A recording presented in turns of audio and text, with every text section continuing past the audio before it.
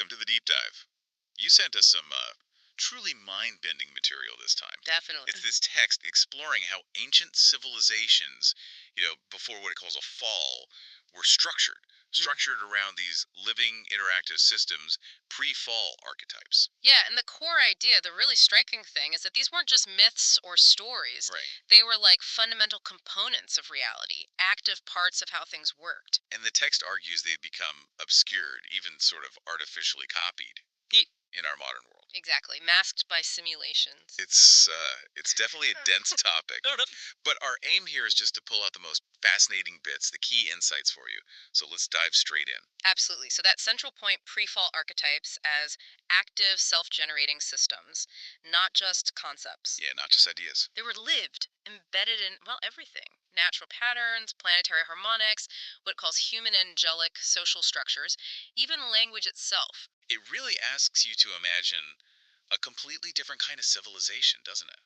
One organized around these living principles. It does. So our goal here is to try and understand, okay, what were these archetypes? How did this fall affect them? And what are these modern biomes the text talks about? Right. And why is it apparently so hard to access the originals now?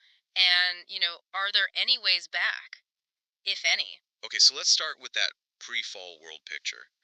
Archetypes, not as jobs, but as like fundamental energetic functions. Yeah, woven into existence. Think less job description, more vital organ in a cosmic body. That's the feel of it. And integrated into natural cycles, you said. Yep, Like water carrying memory. exactly. That planetary rhythms, those social dynamics, the power in words, it was all interconnected through these archetypes. And gives examples, right? Like the water architect. Yes, and this is where it departs from our usual thinking about roles. The water architect wasn't about status. It's described as an energetic stewardship node. Stewardship note. For water's memory, like a living library, kind of, safeguarding water's essence and history. Wow. Okay. And the dream walker. Similar idea, not just someone with visions, but a functional link, Yeah. a connection point to this larger consciousness grid, the mansion world grid. So these roles, these archetypes, were focused on preservation, universal balance. Universal preservation, yes. Functional pattern stations, the text calls them.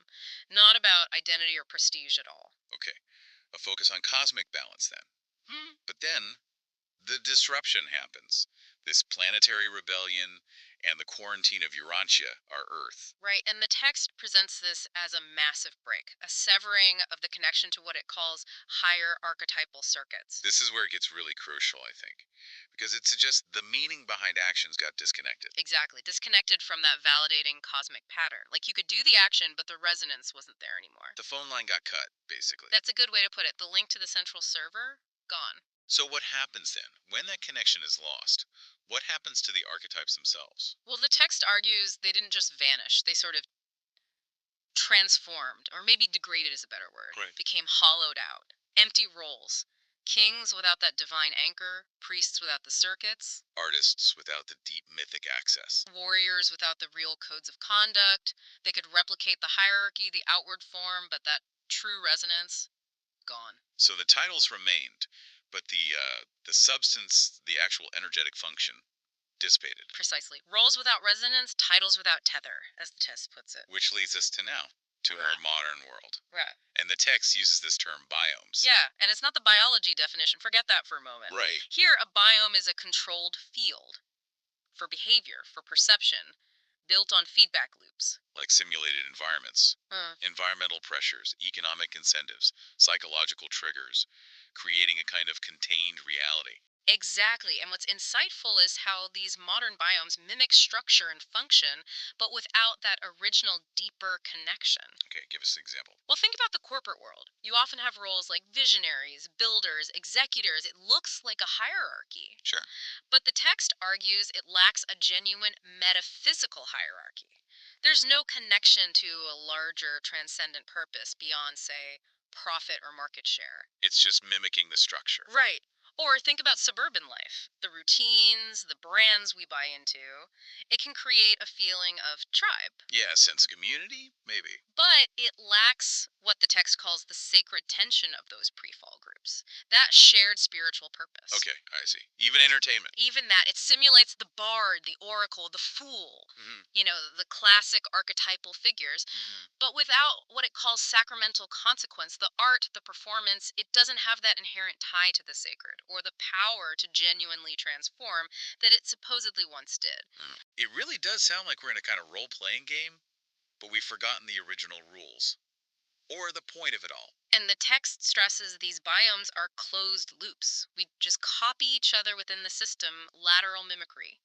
No vertical access, no way to reach back to that deeper planetary memory, that original role truth. Apparently not within the biomes themselves. It's like making a copy of a copy of a copy. The quality degrades. Hmm. It sounds quite bleak, actually. It can, but then there's this other part, a potential glimmer. The text suggests the original archetypes aren't actually gone. Okay, so they still exist. Within the grid, it says, this fundamental energetic framework, they're still there. But we can't access them. Why? That's the challenge. Access has been lost. The analogy used is the chords are buried, Buried chords. and the access keys have shifted from language to vibration. This is really key, I think. Meaning our usual way of understanding things, through intellect, through words, that might not be the way in anymore. That seems to be the implication. It's shifted to something more felt, more resonant, vibrational. Does it suggest any ways around that? Or through it? It hints at possibilities, maybe not for everyone or easily. It mentions things like certain bloodlines, perhaps carrying a residual connection, Okay. or specific breath patterns, or interactions with crystalline fields, things that operate on that vibrational level. Interesting. It also mentions lost archetypes, but doesn't say what they are. No, it leaves that open, which kind of invites your own contemplation, doesn't it? Right. But the core message is reconnection isn't impossible, just not straightforward, not through the usual channels. Okay, so if reconnection is possible, even if difficult, what does the text suggest we might, do? What are the steps? Well, it outlines a few things. First, it talks about consciously disengaging from biome loyalty, Meaning, recognizing and starting to detach from our automatic buy in to the norms, the economic pressures, social expectations, even the aesthetic tastes pushed by our current systems. so questioning our allegiances, asking what really motivates us beyond just fitting in or getting ahead in the biome. Exactly. Deep self reflection is implied there. Okay, what's next? Then there's this idea of repatterning the attention field, using fundamental things stone, breath, light. Repatterning attention, like shifting focus away from the noise. Sort of. Maybe away from constant digital input towards more direct sensory, energetic engagement with the physical world, using primal elements to recalibrate our perception. Makes sense. Get grounded. Then, and this is crucial, developing a non mimetic identity structure. Non nomadic, Yeah. meaning not based on imitation. Right. Not building your sense of self on copying roles you see or seeking praise within the biome. Instead, it focuses on listening for pattern. Hmm. I'm connecting back to that idea of function over ego. Precisely. Developing an inner awareness, a sensitivity to those fundamental frequencies, rather than just playing a part. Okay. Disengage, repattern attention, build a non mimetic identity. Yeah. Anything else? Finally, it suggests building contact points, actively creating environments that might resonate with these older frequencies. How? Practically. It mentions things like crystal grids, using specific sound frequencies or tonal systems, creating dedicated stillness zones. So, like tuning a radio, creating a space where that signal might be received. That's the idea. Creating vibrational environments that the original archetypes might, in theory, recognize or be drawn back to. And this connects to things like light workers' work. Yes, the text frames that kind of work, and maybe other similar practices in this context, it's not just about creating nice feelings or aesthetics. It's about It's about reinserting resonance logic into the world, actively trying to create the conditions, the vibrational soil, where these fundamental archetypes might reappear or be sensed again. so it's deeper than just positive vibes. It's about restructuring the energetic environment potentially. That seems to be the argument, tapping into something foundational. Okay. So let's try and boil this down. The really key takeaway here. I think it's that these pre-fall archetypes, according to this text, weren't just myths. Right, not just stories. They were fundamental, living frequencies that actually shaped civilization's purpose and structure. And the suggestion is that our modern world is, in many ways, operating with the fragments, the echoes. Mimicking the forms, often, but without that original energetic substance, that deep connection. So if we bring this home to the listener, it really makes you question the roles and identities we take on, doesn't it?